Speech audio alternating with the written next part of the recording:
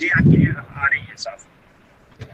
जी, तो इक्तिसाब का एहतसाब या असेसमेंट ऑफ लर्निंग का मतलब ये है कि जो भी हमने लर्निंग किया है, जो भी हमने सीखा है, उसका एहतसाब करना, उसका असेसमेंट करना या उसकी तशखीस करना या उसकी जांच करना, जो भी हमने सीखा है।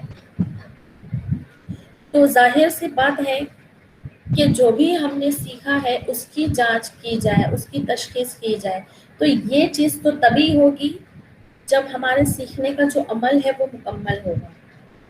तो इसका मतलब ये है कि जो दर्स और तदरीस का जो अमल होता है, टीचिंग लर्निंग प्रोसेस के आखिर में असेसमेंट ऑफ लर्निंग किया जाता है।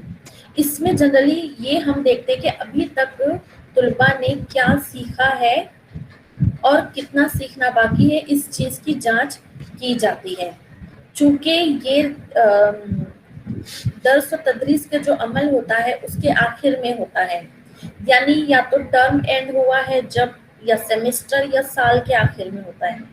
तो हम जानते हैं कि जो असेसमेंट टर्म के एंड में लिया जाता है या सेमेस्टर है या साल के आखिर में लिया जाता है, तो उसे हम सम्मेटिव असेसमेंट या सम्मेटिव इवैल्यूएशन कहते हैं, राइट। तो by nature assessment of learning जो होता है वो सम्मेटिव होता है। इसमें क्या देखते हैं कि पहले तो ये देखते हैं कि तुलबा ने क्या सीखा है, कितना सीखा है, और उनकी जो कामयाबी है, उन्होंने जो पॉइंट है, अच्छा इसको पॉइंट में या ग्रेड में या परसेंटेज में दिया जाता है या रिपोर्ट कार्ड की शक्ल में दिया जाता है। तो एक स्टूडेंट है, उसने क्या हासिल किया, कितना परसेंटेज हासिल किया, कौन सा ग्रेड हासिल किया, या कौन सा CGPA या ग्रेड पॉइंट है जो भी उसने हासिल किया है, जो भी उसका अचीवमेंट का जो स्टैंडर्ड है, उससे या तो किसी दूसरे तुलबा के साथ या फिर एक मेयार जो एक स्टैंडर्ड होता है उसके साथ कंपेयर करके उसकी दर्जाबंदी की जाती है। मान लीजिए कि मेरे क्राइटेरिया के हिसाब से अगर मैं कहूँ एक स्टैंडर्ड मैंने बनाया है, ये 75% के ऊपर जिनका भी परसेंटेज आएगा वो डिस्टिंक्शन होगा, ये मैंने एक मेयार बनाया। अब आप में से हर स्टूडेंट ने, किसी ने 75 से कम हासिल किया है मार्क्स, किसी ने 60, किसी ने 70, किसी ने 74, किसी ने 77, कोई 80, कोई 90, 91। तो मैं अपना जो क्राइटेरिया, जो स्टैंडर्ड मैंने बनाया है, उसके हिसाब से आपका कंपेयर करके मैं आपकी दर्जाबंदी करूँगी। भाई जिसने 77 या 80 या 85 या 90 या 90 एंड अबव मार्क्स हासिल किए या परसेंटेज हासिल किए हैं, तो वो तुलबा डिस्टिंक्शन की कैटेगरी में आएंगे।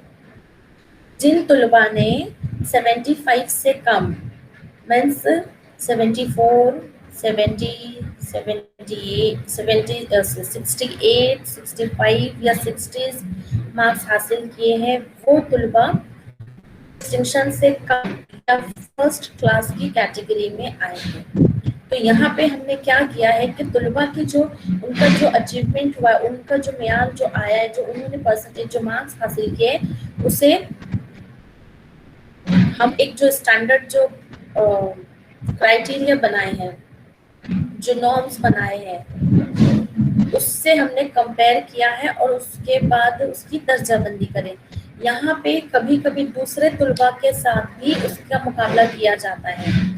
जब जो नॉर्म रेफरेंस और क्राइटेरियन रेफरेंस पढ़ेंगे तो तब आपको समझ में आ जाएगा कि जब एक तुलबा के साथ अगर उसका कंपेयर किया जाता है तो वो कौन सा रेफरेंस टेस्ट है, और जब उसका किसी स्टैंडर्ड जो होता है क्राइटेरिया उसके हिसाब से किया जाता है तो कौन सा होता है, और जब एक तुलबा का खुद से ही किया जाता है, मतलब प्रीवियस देख के एक बार क्या आया, कहते हैं ना, अरे मेरे पिछले सेमेस्टर में तो 85% आया था, इस बार मेरी थोड़ी तबीयत खराब हो गई थी इसीलिए मेरा 70% ही आ गया। तो मतलब यहाँ पे हम क्या कर रहे हैं, हम खुद का खुद से ही कंपेयर कर रहे हैं, जबकि असेसमेंट ऑफ लर्निंग में खुद का खुद से कंपेयर यानी सेल्फ रेफरेंस जिसे हम कहते हैं, हमारा प्रीवियस या हमारा पास्ट में क्या अचीवमेंट था, क्या परसेंटेज क्या हमारा था, उसका प्रेजेंट से हम कंपेयर करते हैं।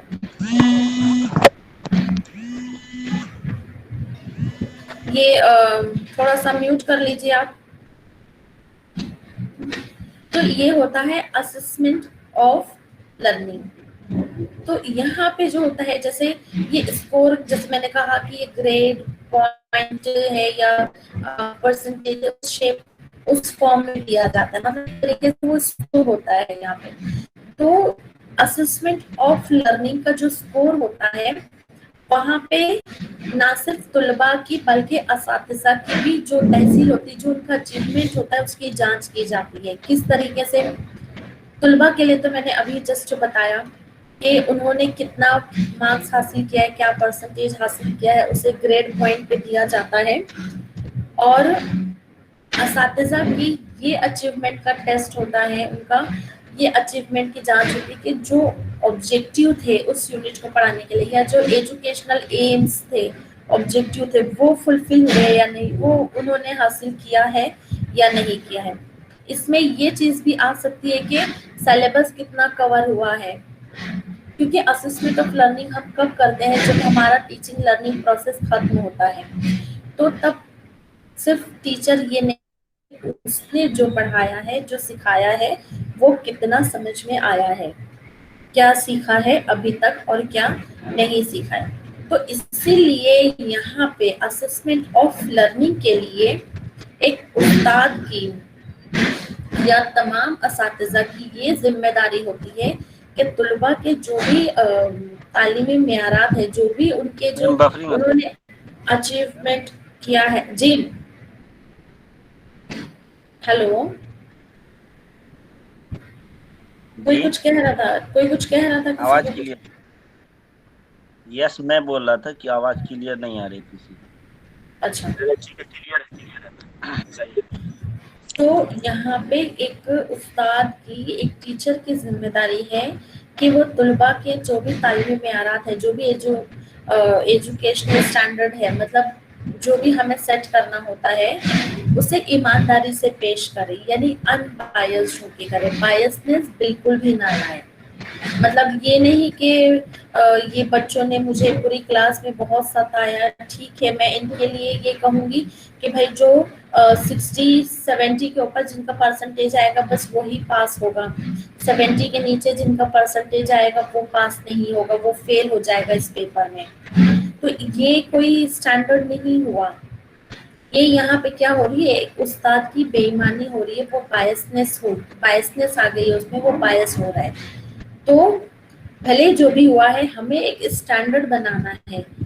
हम ये कोई स्टैंडर्ड नहीं हुआ, ये कोई एजुकेशनल स्टैंडर्ड नहीं होगा भाई 70 के ऊपर जिनका परसेंटेज आएगा वो पास होगा। क्यों?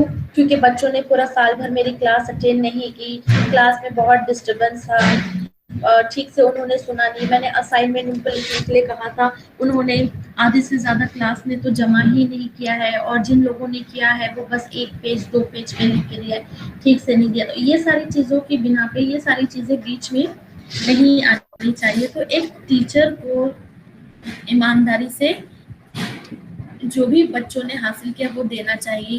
क्यों?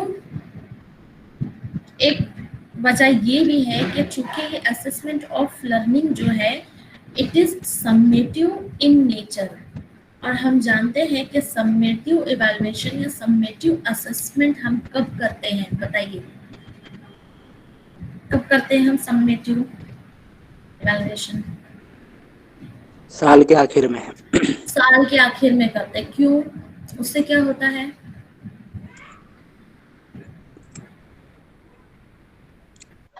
जब ग्रेड देना हो, सर्टिफिकेट देना हो, ये एग्जैक्टली, जब ग्रेड देना हो या सर्टिफिकेट देना हो, या उसे नेक्स्ट क्लास में, जैसे फर्स्ट सेमेस्टर सेकेंड सेमेस्टर से अगले सेमेस्टर में जब उसे प्रमोट करना है या आगे बढ़ाना है अगली जमात में जाने के लिए, राइट?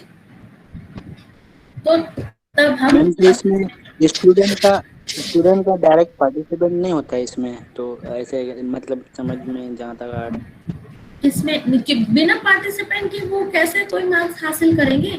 जब स्टूडेंट का मतलब मतलब इन्वॉल्व नहीं होता है मैम, ये असेसमेंट ऑफ लर्निंग में मैं कह रहा हूँ कि नहीं नहीं स्टूडेंट नहीं इन्वॉल्व नहीं, नहीं होता है। लर्निंग स्टूडेंट की तो देखी जा रही है। अगर उनका ही इन्वॉल्वमेंट नहीं रहेगा, अगर वो ही शामिल नहीं है, तो हम टीचर जो है हम सिखाएंगे किसे? जब तक स्टूडेंट नहीं होंगे, एक टीचर किसे सिखाएगा और क्या सिखाएगा? और जब स्टूडेंट ही नहीं होंगे तो वो क्या सीखेंगे? ना सिखाया जा सकेगा ना सीखा जा सकेगा।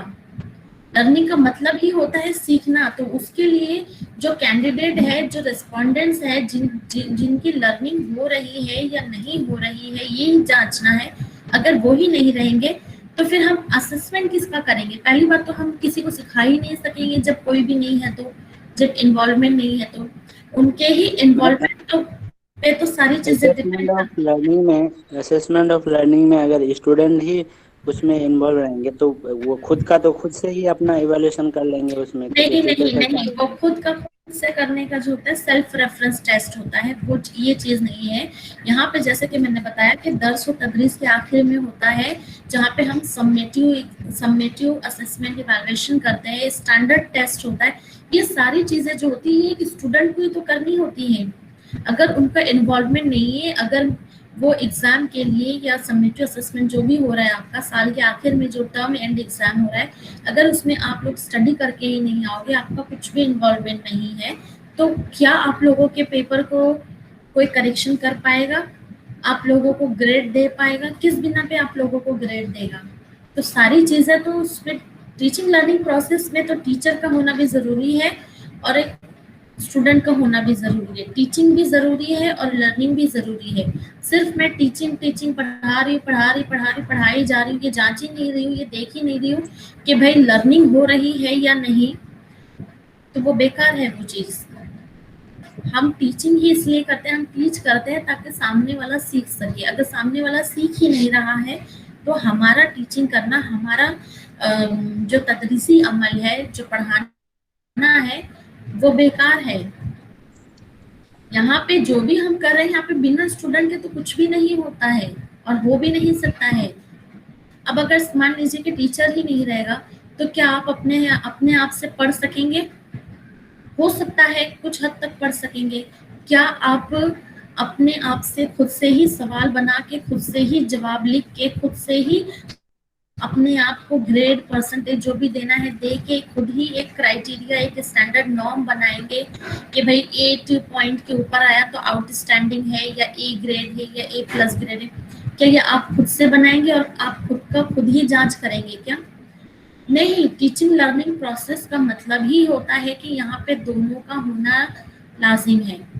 एक नहीं है, एक है, तो टीचिंग लर्निंग प्रोसेस ही नहीं होगा। उस्ताद का, टीचर का होना उतना ही जरूरी है जितना कि तुलबा का, क्योंकि असेसमेंट हम सिर्फ टीचर का नहीं करते हैं ना, मैंने कितना सीखा है, क्या सीखा है, उस बिना पे टीचर का अपना असेसमेंट होता है।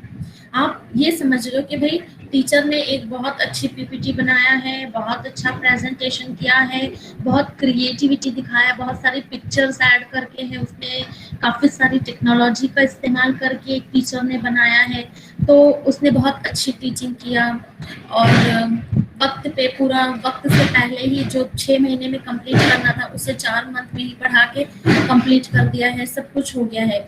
तो ये जो टीचर का जो यहाँ पे मैं जांच है,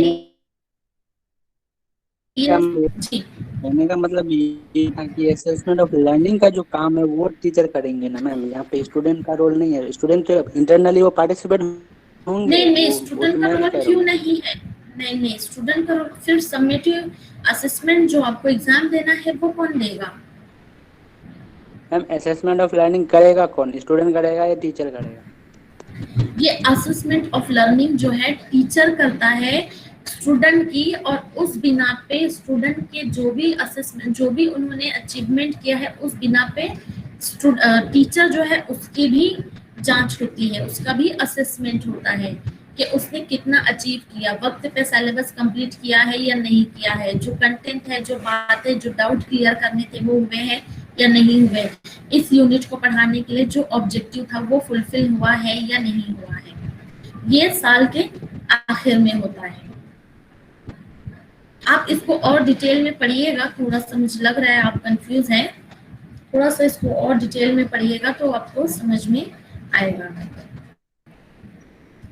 इज इट क्लियर? और कोई डाउट है किसी को? No ma'am. नेक्स्ट जो है वो है जी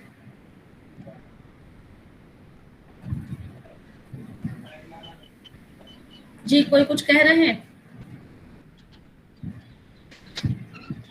नहीं मैम।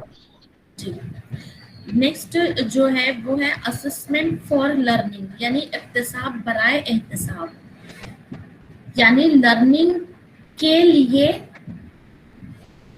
असेसमेंट करना, यानी कितनी लर्निंग हो रही है ये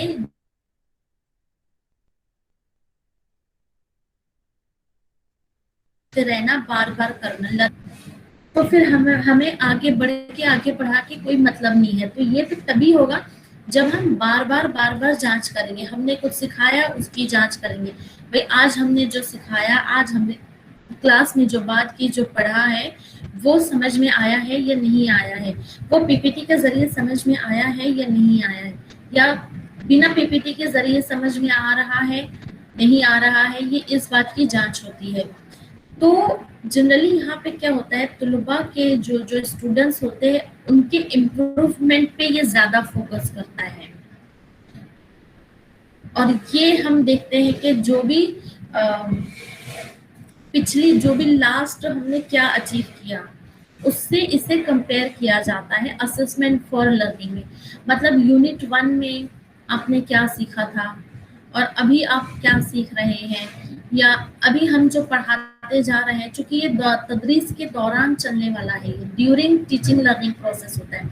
असेसमेंट ऑफ लर्निंग जो होता है वो at the end of teaching learning process होता है, इसीलिए वो समेटिव इन नेचर है। असेसमेंट फॉर लर्निंग जो है, चूंकि वो दर्स व तदरीस का जो प्रोसेस होता है, जो अमल होता है, उसके दौरान होता है और बार बार किया जाता है, इसमें रिपीटेशन होता है, तो इसीलिए it is formative in nature. Formative जैसे मैंने कहा कि एक हर दिन के आखिर में भी हम ले सकते हैं, हफ्ते के आखिर में भी ले सकते हैं, या एक यूनिट कंप्लीट होने के आखिर में ले सकते हैं, या एक मंथ के आखिर में, और बार बार रिपीट करते हैं हम। तो ये होता है assessment for learning. Assessment of learning में ये रहेगा कि भाई हमने साल भर पढ़ाया और साल के आखिर में एक बार आपका एग्जाम ले लिया, आपका असेसमेंट कर लिया। जबकि असेसमेंट फॉर लर्निंग में ये होता है कि हम बार बार रिपीट करते रहते हैं और तुलबा से फीडबैक भी लेते हैं। यहाँ पे स्टूडेंट के जरिए फीडबैक लेके टीचर जो होता है वो अपना जो तदरीसी जो भी स्ट्रेटजीज है उसमें उसे किस तरीके से पढ़ाना चाहिए, कौन कौन से टेक्निक, कौन कौन से मेथड को इस्तेमाल करना चाहिए, उसमें चेंजेस भी कर सकता है या थोड़ा बहुत मॉडिफिकेशन भी कर सकता है। अब अगर मुझे मान लीजिए कि ज्योग्राफी का कुछ आपको पढ़ाना है, तो अगर ज्योग्राफी में भले मैं पीपीटी के जरिए पढ़ा रही हूँ, लेकिन जस्ट लिखा हुआ है उसमें कि हिंदुस्तान का अगर हम तूलुल बलद और अर्जुल बलद अगर हम नापे, यानी लंबाई में एक नॉर्थ से साउथ पॉइंट जो होता है वो कितना लेंथ है, ईस्ट से वेस्ट पॉइंट कितना है वो लेंथ है, तो जस्ट अगर मैं ऐसे लिखूंगी कि ईस्ट से west so and so kilometre, north से south so and so kilometre, भले वो पीपीटी असेसमेंट फॉर लर्निंग के लिए तो अच्छा है, लेकिन ज्योग्राफी के पॉइंट ऑफ व्यू से क्या वो सही होगा? नहीं होगा। तो यहाँ मुझे थोड़ा सा मॉडिफिकेशन करना होगा। कौन सा मॉडिफिकेशन करना होगा? यहाँ पे सिर्फ जो कंटेंट है, जो तहरीर है, वो नहीं लिखना होगा, बल्कि मुझे साथ में एक हिंदुस्तान का एक मैप जो है वो भी पेस्ट करना होगा, और नॉर्थ पॉइंट से साउथ पॉइंट के दरमियान एक लाइन भी खींचनी होगी कि भाई इस पॉइंट से इस पॉइंट तक, यानी नॉर्थ से साउथ तक इतना है, ईस्ट से वेस्ट तक इतना है। तो यहाँ पे मैंने क्या किया, अपने पीपीटी में मॉडिफिकेशन किया। अब असेसमेंट फॉर लर्निंग के लिए कोई पिक्चर, कोई डायग्राम, कोई बार ग्राफ, ये सारी चीज़ों की ज़रूरत नहीं है। तो यहाँ पे मुझे कोई चीज़ एक्स्ट्रा ऐड करने की ज़रूरत नहीं। लेकिन यही अगर हम ज्योग्राफी का पढ़ रहे हैं या अगर हम मैथ्स का पढ़ रहे हैं, मैं जस्ट ऐसे ही सेंटेंस में लिख दूँ कि फिथागोरस का जो फॉर्मूला होता है वो वित्र की कुव्वत, वित्र का मुरब्बा बराबर कुछ है ना, वो कायदे का मुरब्बा जमा इर्तिफा का मुरब्बा, मतलब ऐसा कुछ है जो फॉर्मूला। अगर वो जस्ट ऐसे ही उसमें लिख दूँ फॉर्मेट में या सेंटेंस में, तो उतना नहीं इफेक्टिव रहेगा जब तक कि मैं उसको इक्वेशन फॉर्म में ना लिख दूँ। For example a square is equal to b square plus c square. तो ये जो 90 डिग्री का जो एंगल रहेगा, मैं छोटा सा एक ट्राइंगल बना दूंगी, एक ऐसा मुसल्लस बना दूंगी जिसका जो जाविया है, जो एंगल है वो 90 डिग्री का होगा। तो ये मैं क्या कर रही हूँ, यहाँ पे अपनी मॉडिफिकेशन कर रही हूँ। मैं अपनी मॉडिफिकेशन कर रही हूँ प्रीवियस परफॉर्मेंस के बिना पे। भाई लास्ट टाइम मैंने बिना पिक्चर के, बिना डायग्राम के पढ़ाया था, उतना इफेक्टिव नहीं लगा था, बच्चों ने उतना नहीं सीखा, उनके अंदर कुछ भी इम्प्रूवमेंट नहीं आया। क्योंकि यहाँ पे हम तुलबा की इम्प्रूवमेंट पे ज़्यादा फोकस करते हैं, इसीलिए हमें ये कोशिश करते रहनी चाहिए कि उनका जो इम्प्रूवमेंट का मतलब ही होता है कि आगे बढ़ना, जो इम्प्रूव हो रहा है, जो नया नया कुछ ना कुछ सीख रहे हैं, उनका जो लर्निंग है वो एक जगह स्टॉप नहीं हो जाए, हम बढ़ाते रहेंगे। और अच्छा, मॉडिफिकेशन सिर्फ यही नहीं होता है, मॉडिफिकेशन हमारे पढ़ाने के तरीके पे भी हो सकता है, कौन सा टूल ले रहे हैं। कभी कभी हम ऐसा कर सकते हैं कि अगर भाई कोई टॉपिक ऐसा है जहाँ पे पीपीटी की जरूरत नहीं है या कुछ भी ऐसी जरूरत नहीं, जस्ट इंटरेक्शन करना है, तो हम वहाँ पे जो हमारा जो वीडियोस ऑफ है उसे हम कहेंगे कि सारे लोग अपने वीडियो ऑन करें, ताकि हम एक दूसरे को फेस टू फेस देख सके और मोर कॉन्सेंट्रेट हम कर सके। तो अब जिस यूनिट पे अगर पीपीटी की या कोई पॉइंट्स की जरूरत नहीं तो हम आप ये तरीका बना सकते हैं। लेकिन अगर जहाँ बहुत जरूरत है और अगर हम उस प्रॉपर या अप्रोप्रिएट मेथड के जरिए नहीं पढ़ाए तो तुलबा का कुछ भी इम्प्रूवमेंट नहीं होगा, उनकी लर्निंग नहीं होगी। Is it clear? क्योंकि हम ये करते ही इसलिए कि जो तुलबा की तालीमी कारकर्दगी है, जो उनका अचीवमेंट है वो बेहतर हो सके और बेहतर से बेहतर बनाने की कोशिश करती रहनी चाहिए। इसीलिए यहाँ पे टीचर के लिए फीडबैक भी बहुत ज़रूरी है। मैं जस्ट पढ़ा रही हूँ और सिर्फ पढ़ा रही हूँ, तो ये इस तरीके से लर्निंग नहीं होती है। ये समझ में ही नहीं आएगा एक टीचर को कि भाई बच्चों ने क्या सीखा है, कितना सीखा है और आगे अब हमें और क्या सिखाना है, हमें आगे क्या करना है, हमें क्या करना है इन द सेंस किस मेथड को लेके पढ़ाना है या किस तरीके से पढ़ाना है, क्या पढ़ाना है, ये हमें अभी जो मौजूदा हमारी लर्निंग हो रही, जो प्रोसेस चल रहा है उसकी बिना पे हम करते हैं।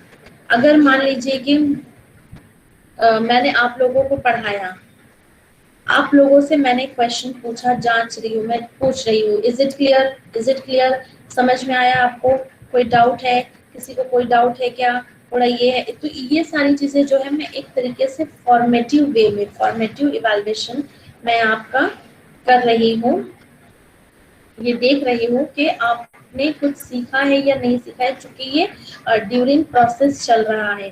तो और फिर मैं ये कहूँगी कि आप लोगों को ये तरीके से समझ में आ रहा है या मैं कोई और तरीका अपनाऊं, आप लोगों को पीपीटी के जरिए समझ में आ रहा है ना, इसमें कुछ और पिक्चर्स ऐड करूँगी, तो आप लोग फिर कहोगे मुझसे, मुझे फीडबैक दोगे, मैम ये चीज आप इस तरीके से जो बता रहे हैं मैम हमको ये चीज समझ में नहीं आई, मैम थोड़ा सा इसमें पीपीटी के जरिए बताइए, मैम थोड़ा सा कुछ अगर इस टॉपिक पे वीडियो है तो बताइए।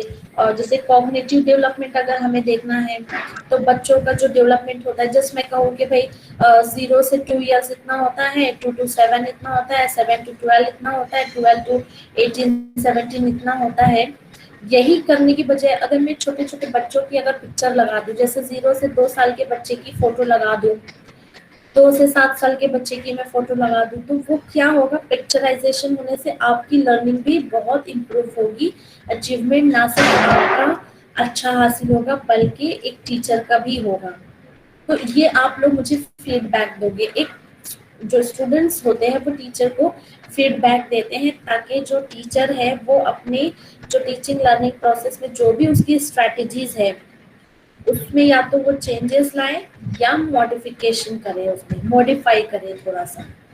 अब मान लीजिए कि मैं आप लोगों को पीपीटी के जरिए पढ़ा रही हूँ, हो सकता है कि अगले साल जो 3rd सेमेस्टर में जो स्टूडेंट आएंगे उनको शायद सिर्फ पीपीटी के जरिए समझ में नहीं आए, तो वो कहेंगे मैम हमें थोड़ा सा कुछ वीडियोस बता दीजिए मैम, इसके ऊपर कोई और लेक्चर है क्या यूट्यूब पे मैम, थोड़ा सा वो लिंक दे दीजिए। तो फिर मैं यहाँ पे क्या करूँगी, अपने जो स्ट्रैटेजी है, जो मेरा तरीका है पढ़ाने का, उसमें मैं मॉडिफिकेशन करूँगी, थोड़ा सा वीडियो भी ऐड कर दूंगी कि देखिए ये इस तरीके का फर्क है, ये चीज़ ये होती है, ये चीज़ ये होती है। तो ज़रूरी नहीं है कि आप लोगों को जिस तरीके से समझ में आया हो उसी तरीके से सभी लोगों को समझ में आए। तो यहाँ पे स्टूडेंट से फीडबैक हासिल करना भी एक तरीके से टीचर का असेसमेंट होता है, असेसमेंट फॉर लर्निंग होता है। क्योंकि अगर जब तक हम फीडबैक नहीं लेंगे तो हमें पता ही नहीं चलेगा, एज अ टीचर हमें पता ही नहीं चलेगा कि बच्चों ने कितना सीखा है, कितना नहीं सीखा है और हमें आगे क्या करना है। क्योंकि ये सारी चीज़ें जो होती है वो स्टूडेंट्स के जो अचीवमेंट है उसको बेहतर से बेहतर बनाने के लिए होती है, उनके जो इम्प्रूवमेंट होता है हमें उस पर फोकस करना होता है। इसलिए ये फॉर्मेटिव इन नेचर होता है, assessment for learning. Is it clear?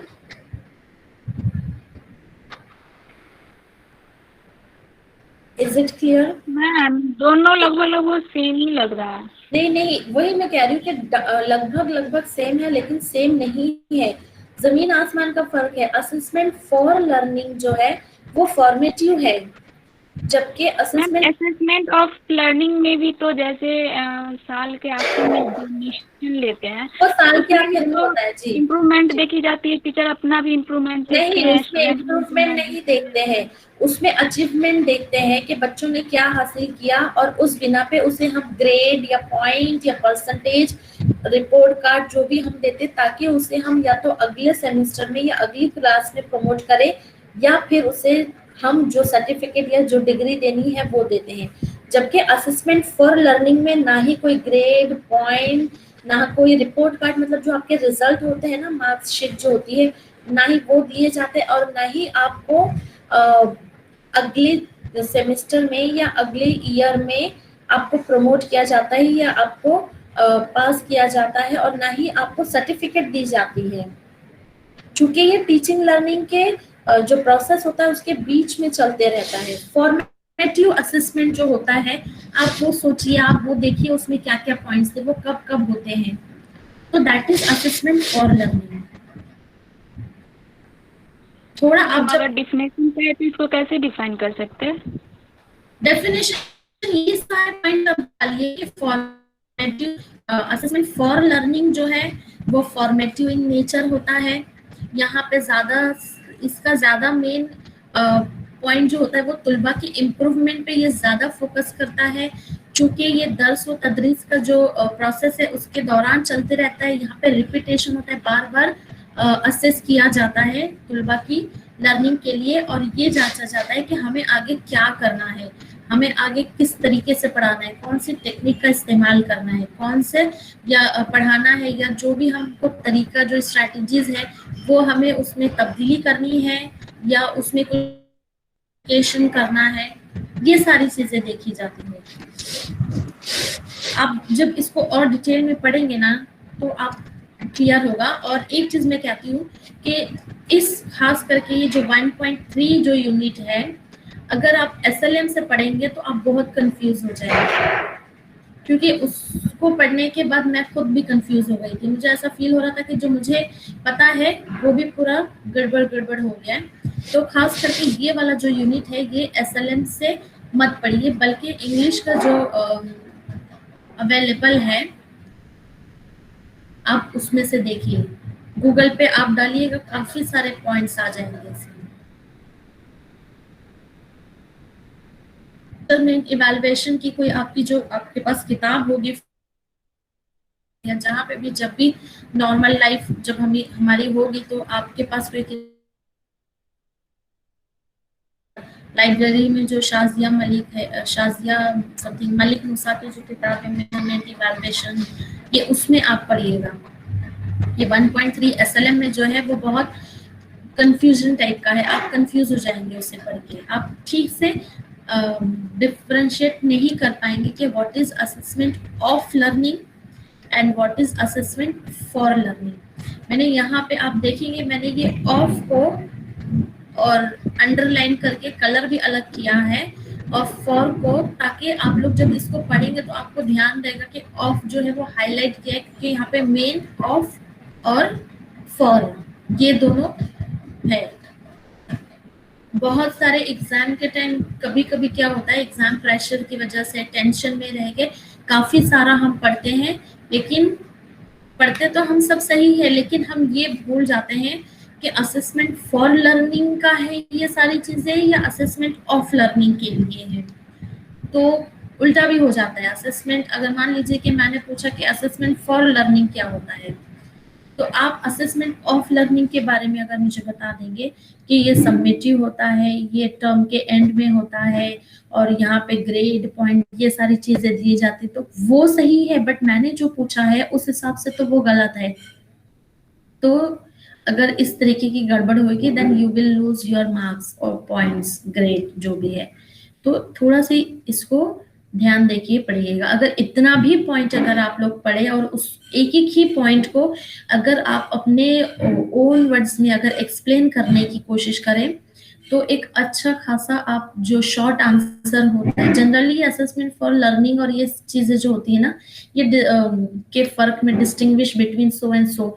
तो अगर एग्जाम पॉइंट ऑफ व्यू से अगर पूछा जाए, तो you please make the 2 columns, और फिर उसमें लिखो असेसमेंट ऑफ लर्निंग एक तरफ लिखो, असेसमेंट फॉर लर्निंग एक तरफ लिखो। फिर ये फर्स्ट पॉइंट, ये समेटिव, ये फितरी तौर पे, या it is summative in nature, it is formative in nature. Assessment of learning में लिखो जी। मैम ये रिमेडियल क्लास जो होता है वो असेसमेंट फॉर लर्निंग में यानी कि फॉर्मेटिव में होता है जी। रिमेडियल क्लास जो कराई जाती है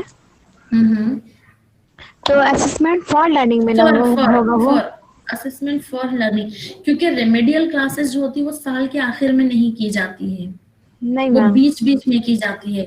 रिमेडियल रेमेडीज देखते हैं कि भाई पिछला आपने सीखा है नहीं सीखा है, क्या हुआ है, क्या इम्प्रूवमेंट, मतलब जो भी टीचिंग लर्निंग प्रोसेस के दौरान होता है वो फॉर्मेटिव, जो आखिर में होगा, जो लास्ट में होगा वो समेटिव। तो इस पे आप मेरे ख्याल से 10 पॉइंट तो कम से कम बना ही सकते हो। 10 पॉइंट्स जो है ना आप बना ही सकते हो इन सारी चीजों पे। हाँ, इसमें आप लोग मैं एक पॉइंट ऐड करना भूल गई, बट मैं वो आपको एज अ होमवर्क दे रही हूँ कल के लिए। कल हम सबसे पहले ये डिस्कस करेंगे। मैंने यहाँ पे एग्जाम्पल्स नहीं लिए, जैसे कि अभी अपराजिता ने शायद बताया कि रेमेडीज जो होती है वो किस में आएगी, असेसमेंट फॉर लर्निंग में आएगी या असेसमेंट ऑफ लर्निंग में। तो इसी तरीके से जो फॉर्मेटिव असेसमेंट है, एक समेटिव असेसमेंट है, फिर उसके बाद कौन कौन से जो तरीके होते हैं, सेमेस्टर एंड एग्जाम होता है, टर्म एंड एग्जाम होता है, उसके बाद प्रोजेक्ट होता है और असाइनमेंट, ये सारी चीजें आप मुझे बताइए कि इनमें से कौन सी चीजें असेसमेंट फॉर लर्निंग के लिए है और कौन सी चीजें असेसमेंट ऑफ लर्निंग के लिए है। तो ये आप लोग थोड़ा सा पढ़िए, सारे जो भी पिछली क्लास में हुए उस पर एक बार गौर फिक्र कीजिए और मुझे कल बताइए। मैंने ये खास तौर से इसमें नहीं लिखा, मैं चाहती हूँ